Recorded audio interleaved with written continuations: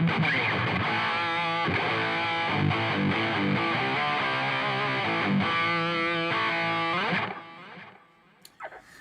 what's up? What's up out there, people? In internet world, we got anybody out there? Come on in, come on in. I'm gonna sit here and see if we get some folks on the stream. Looks like we're live, and we got some people coming in. What's up, Nick Bell?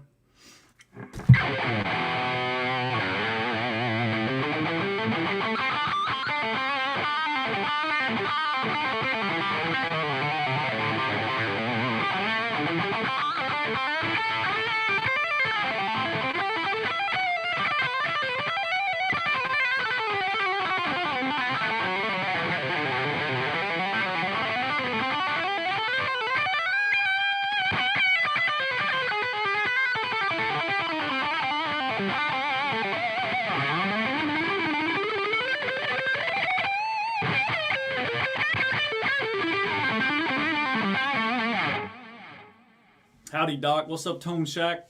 Nick Bell. You guys hear me okay out there? Everything going good this week? I vowed to not have any technical difficulties this week, so y'all bear with me. No legato today. But legato is so much.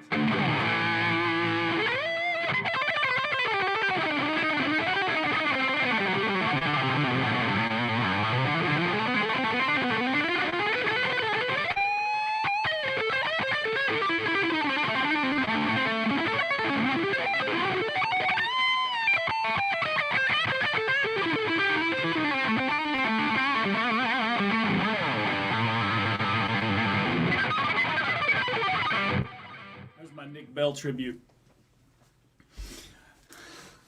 Thank you, line 6.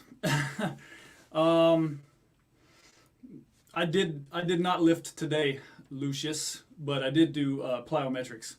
Okay, so I'm just sitting here kind of shredding out, waiting for you guys to get in here. Speaking of shredding, that's gonna touch on my topic for today's little live stream.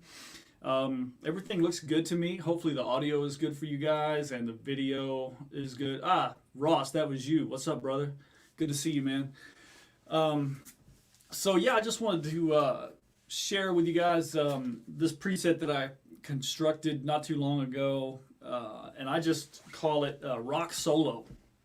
So, and I've used this on a few videos here and there, or a few tracks using the Pod Go.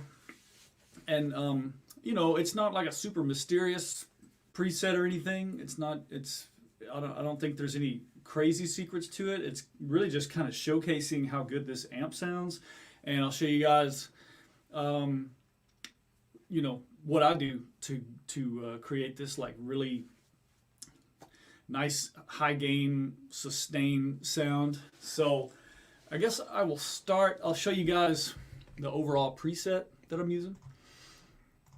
So hopefully you can all see that pretty well, and I'm gonna jump over here to my PodGo editor. So I like high gain stuff. Obviously, I've always dug like Mesa Boogies and Marshall Sounds and Bogners and anything shreddy. But I was not really hip to the Soldano kind of sound until I started messing around with Line 6 models of Soldano amps. So that's what I'm using here is this solo lead, which is, you know, I guess I'll spill the beans there. It's basically, you know, it's a Soldano IR. And what kind of intrigued me about this was that it had seemed to have a bit of a warmer sound than like your Mesas and your Bogners and stuff. And it could have just been, you know, getting lucky with the EQ. But I really like the way it sounds, and so, you know, that's the amp sound I went for. I'm going to go ahead and click this other stuff off and just talk about, just kind of let you guys hear the amp by itself. So now I have no bells and whistles, just a dry sound.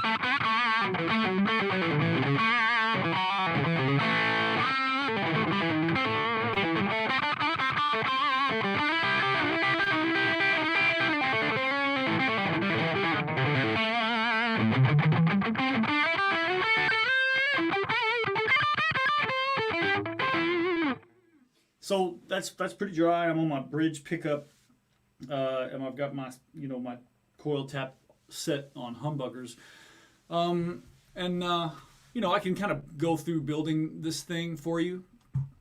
The main thing I just wanted to point out on this amp was the settings I had. I don't remember. Well, we can look at the factory, how it comes in the factory. Let's just go to something that's blank, like this. So we can go into our amp settings, and obviously there's a lot to choose from, and they all sound pretty cool. Let's see, where are you, Soldano?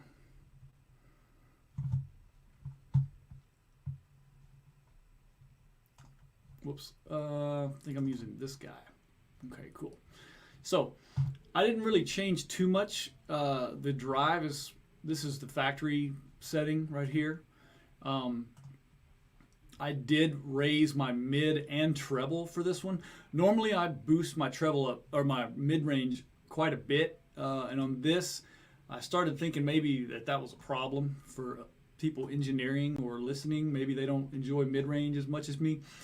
So I brought the treble and mid-range up together to kind of keep the sound sort of bright. You'll see the presence is set on 4.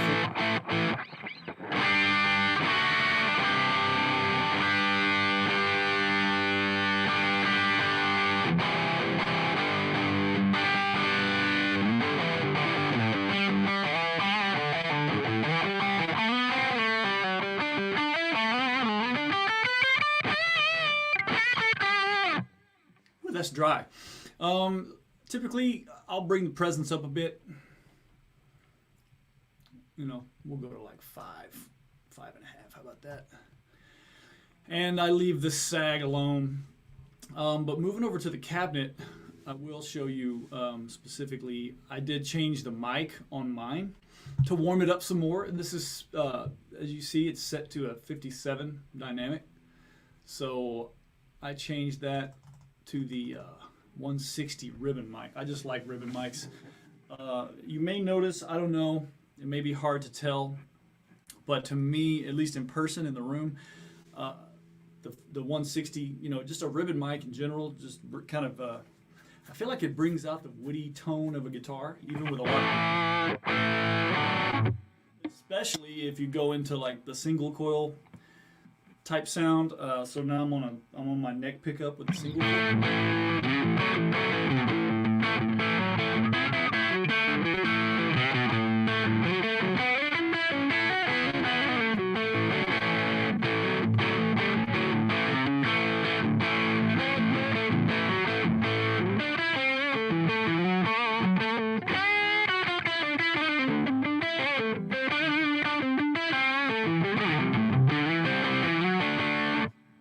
Doing those little kind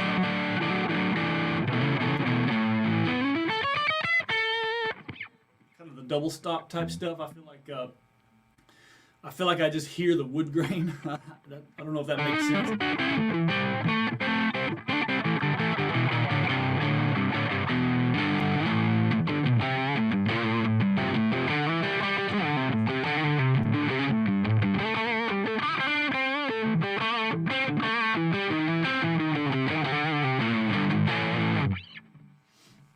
So I go for that, Now, moving up here, I did use, as you guys will see, let's go back to the original. You'll see I do have the EQ turned on this guy. I'm using the Parametric EQ. This block is always available on PodGo, but you don't have to necessarily use it. But I did use it for this. I just feel like it beefed up my sound a little bit. Let me turn this stuff off.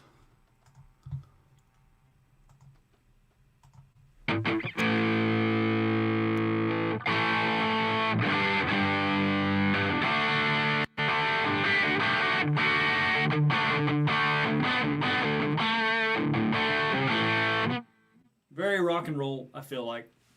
And then you can see my settings here. The high cut is off.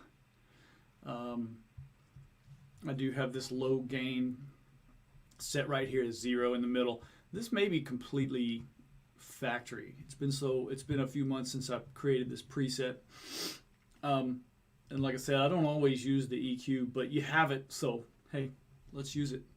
Now let's see a couple other things that I did to this preset to kind of bring out the sound I wanted to get this high gain sound. I used probably my 2 favorite, or at least part of my top 5 favorite, like distortion overdrive pedals that you have on Podgo, as well as Helix. This Minotaur was the first one I wanted. And go back to Humbucker. And you can see the gain is not really set high. The tone is kind of about in the middle, and a little bit of a bump in the level. And I just, you know, when you're dealing with a high gain amp already, you don't need like a ton of overdrive coming from your distortion pedals. It's more, it kind of gives you just a little more of that compression and sustain that you get from distortion. I've already got a lot of distortion, so any little bit of sustain and stuff that you add to it is gonna seem like even more, I guess, saturation, even though I don't necessarily hear more grit.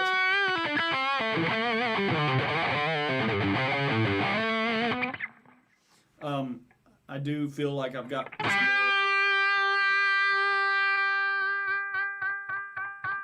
pretty good amount of sustain going there. And also I want to add this reverb, and this time I went with speaking of sustain, you know, I typically kind of go for like the cave reverb and stuff, but you know, again, the idea behind this was to just get a more solid, good rock lead tone that you could shred with or whatever. So I have the decay set to 6, and it's real easy to get caught up in the whole decay thing with reverb and turn it up to 8, which is great when you're by yourself, but you know, playing with a band, you surely, and live, you really don't need that much. And another thing is I turn the mix down to usually about 20%. I mean, well, 21% there, but that's, you know, you're splitting hairs. That's just where it happened to be. Turn that back down where it was. Exactly 21, because if it's 1% different, it's going to sound totally different. Just kidding. So yeah, here's with that reverb going.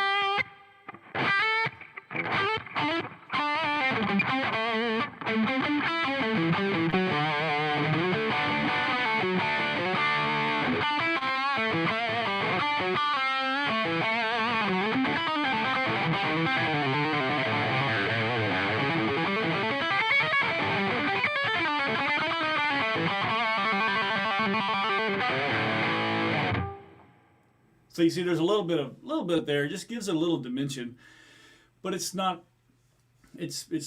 crazy, you know. So and something I generally like to do when you're kind of dealing with these ambient time-based effects is kind of combine delay and reverb, and just, you know, just a scotch of both. So I'm using digital delay here because it's nice and clean, and it doesn't get, you know, I don't have it set really high. Let's see, the mix again is, you know, 24, but you know, usually I like to do my reverb and delay around 20 each, or maybe 22 even. And that may sound kind of silly, but I don't know. I feel like for whatever reason, probably just my OCD, I always thought 22% was a good spot. It's kind of between 20 and 25. 25 might be too much. So you'll notice these two effects together, I've got just a nice little bit of delay.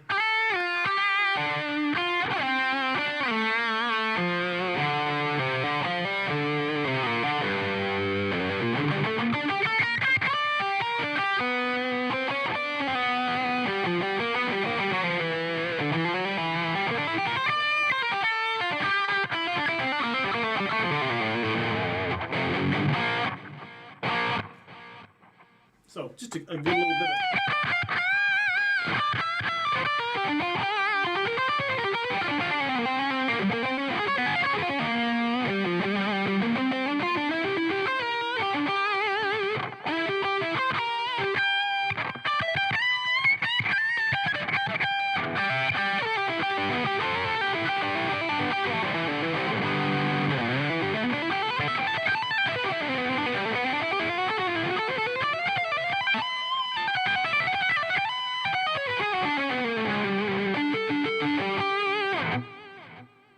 So nice little bit of sustain there, kind of a bit of epic rock sustain. And then this was pretty much where it was. This is how I built this. I was going to use it for a track for our Yamaha Vexpo event, but I ended up not using it after all because I didn't use the second track that I had made.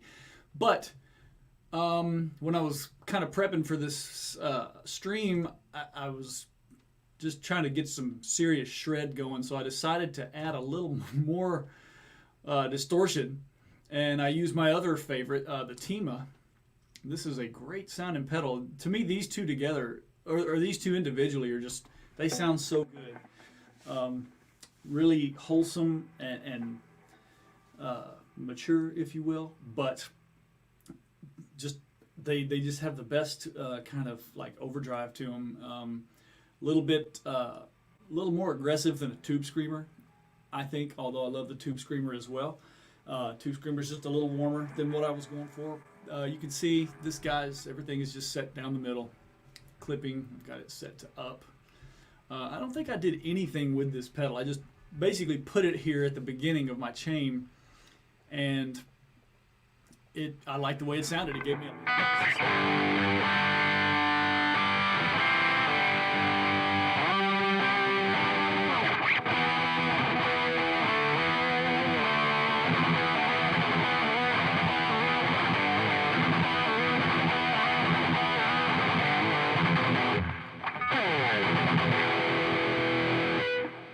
sustain for, you know, shredding and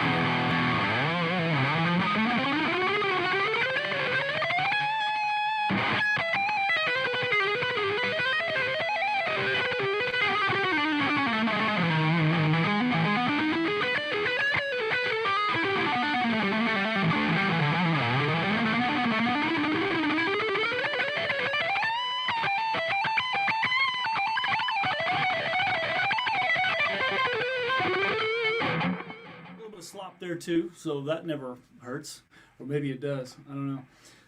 And if you turn your delay up, you can maybe cover your slop up a little more, but this is not super forgiving right there. You do you still need to play clean, but you know, if you can get into like shred gear, I think having the two overdrive pedals, you know, and that goes back to just my theory of I guess what some people call, like Nick Bell would call it, the cascading gain effect. You know, if you can take like 2 or 3 overdrive pedals and set the gain low on them, and they're almost a clean boost, and they just deliver that little bit of breakup, you know, and it's kind of warm, and you know, when you get 2 or 3 of them stacked on top of each other, you still get all that compression and sustain that you get from distortion without the distortion. So that's why I like to use more than one. That way I don't have to set either of them up super high. So yeah. So that's kind of what I guess I'll see here who we have tuning in with, if there's any questions. I don't know. I guess everything's looking okay today. Keith Vartanian, LOL Christ. No, it's just me. I know I look a little bit like Jesus, though. Apparently. I went to high school with him. I don't see any pressing questions, anything, I don't know. I guess this is kind of a straightforward kind of sound that I'm working with here. But any of you guys, you know, sometimes I talk to people that just say, I just want some overall tips on how to make it sound good. I can't get it to sound good. And I don't think it's that hard to get it to sound good. So sometimes I wonder, you know, what you may be doing wrong. Certain people, probably none of you on this stream right now, but you know, I feel like a good amp with a good mic and some the proper amount of reverb and delay, not too much, just a little bit, is really all you need to sound good, and a good guitar, of course, you know. So and this is a good guitar, and I've got the classic Seymour Duncans going here. I feel like these are really consistent. They just always sound good. Ooh, look at that pretty little wireless. So yeah, I guess maybe it's straightforward. I do think that the most important thing to look at on these amps, on Podgo or Helix or any modeling type board, is the mics. You know, it obviously sounds a lot different when you go from the 57. Let's go back over here to this guy. When you go from the 57 to the 160, and the distance makes a big difference too, obviously. But you know, if I go back down here to my 57, and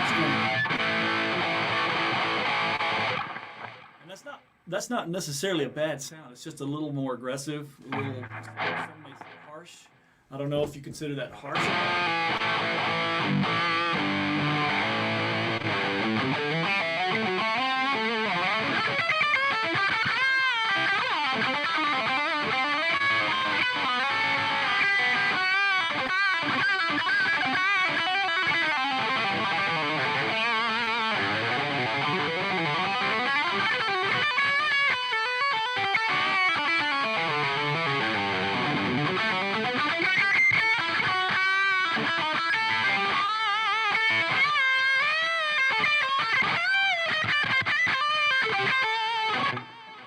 Necessarily a bad thing. That was about as harsh as I can get with this guitar. If I go to my neck pickup, it's gonna even be a little darker and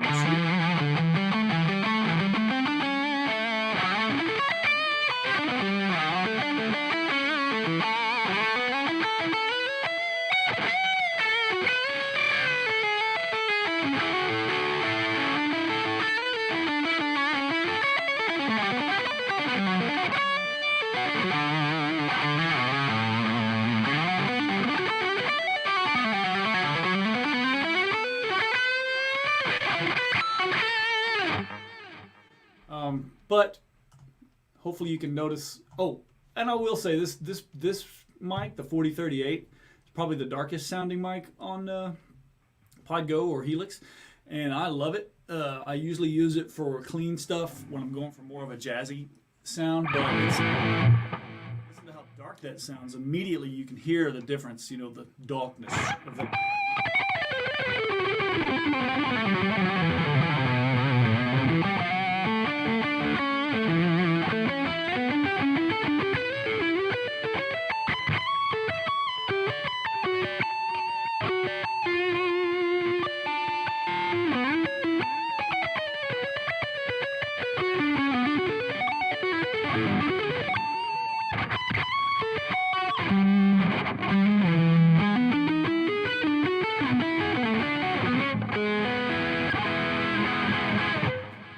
saturated, but very dark, which is great. I love it.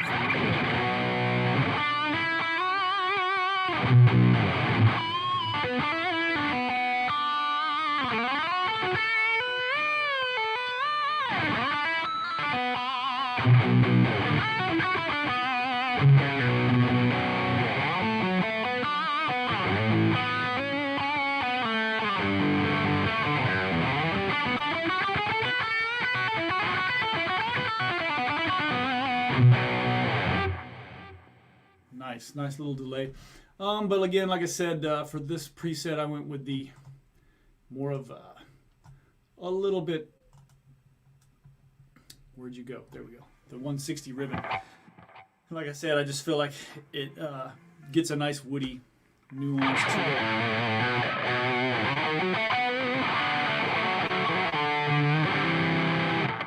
Go to my neck pickup and go to the single coil sound.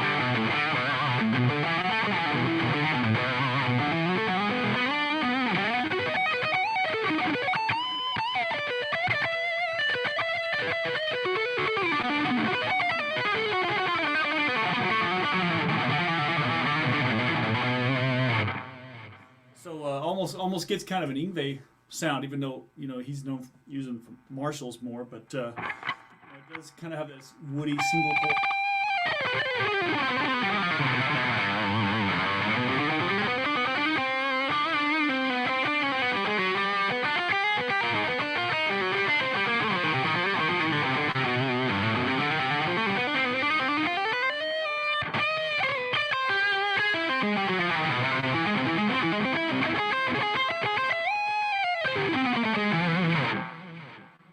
cool, very cool sound. So yeah, that's pretty much it in a nutshell. Were there any other? I see people watching, but I don't see like any questions. Anybody? I suppose everything was working out good today as far as the sound and the video and audio and all that. Because I think the last one I did, I had major issues, but that's because I was trying to use like multiple mics to get the room sound, and it was just, I think it was too much for the internet to handle. So yeah, if you guys got any questions about this, let me know. And if you like this tone, let me know. I have not uploaded this one to the custom tone page, but I do like this preset a lot. And if you're, one of those people that is having some trouble dialing in something that you think is hitting the mark for you, let me know, and I could. I see a question here. What we got? Which is your favorite mic? Can you show the next time you build a John Frusciante preset, or how I can get the tone of a Boss DS2? I will say, and sorry I missed that, Rodrigo. That was a couple minutes ago. I will say, if you want a John Frusciante type sound, a Fender style, something with single coils is ideal, and a lot of compression. He's got at least his classic sounds. Those are kind of known to have a lot of compression going on.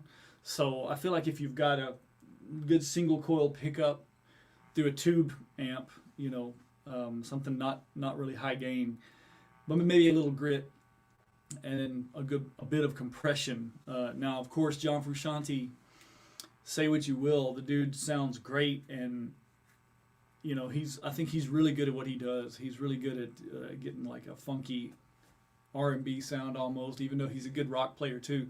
I feel like all my chops for funk and stuff came from listening to John Frusciante with the Red Hot Chili Peppers. So I don't know if that's any help, but maybe we'll do a preset like that someday. I'll look into it.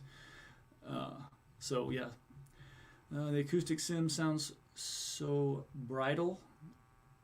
Any ideas on making it sound good? Brittle, maybe you mean. EQ, what other effects do you have going with it? The thing about the acoustic sims is they're simulating the piezo pickups, which to me kind of, they have a bit of a brittle sound by nature, and you normally have to EQ that out, at least from my experience with using other non-Line 6 stuff. I always thought anything using piezo pickups did. So just one thing you can try with something like that is bumping the mid-range up quite a bit. Again, I know I say I love mid-range a lot, but especially for acoustic guitar, period, I don't think you need bass and treble.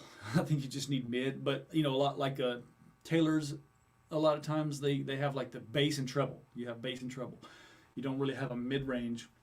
So you may want to try, keeping the bass higher than the treble and boosting the higher range, turn it down and bring the bottom end up.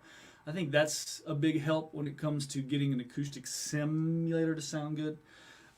And then I'll always, with any preset, go through the mics and stuff like that and see which ones sound better, because they make a huge difference. A dynamic mic is just a workhorse mic, and they sound good for a lot of things, but ribbon mics, or condenser mics really capture the sound of a guitar better. And a condenser mic is not something you would use live because they're kind of fragile. But when you're using something like Pod Go or Helix or something, you can have that sound without having that delicate mic on stage with you.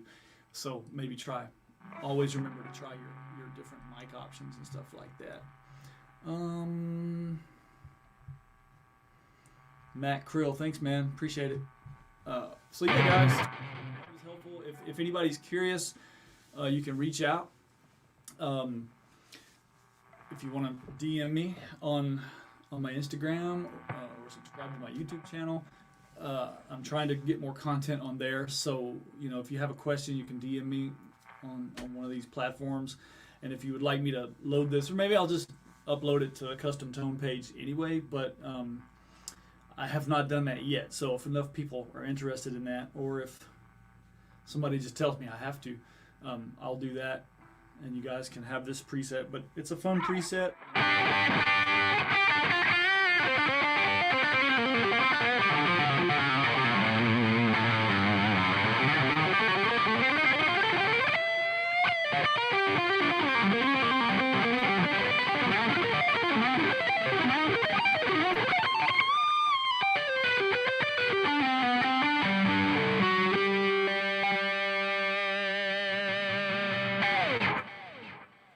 Ciao. I'm out. Thanks, guys.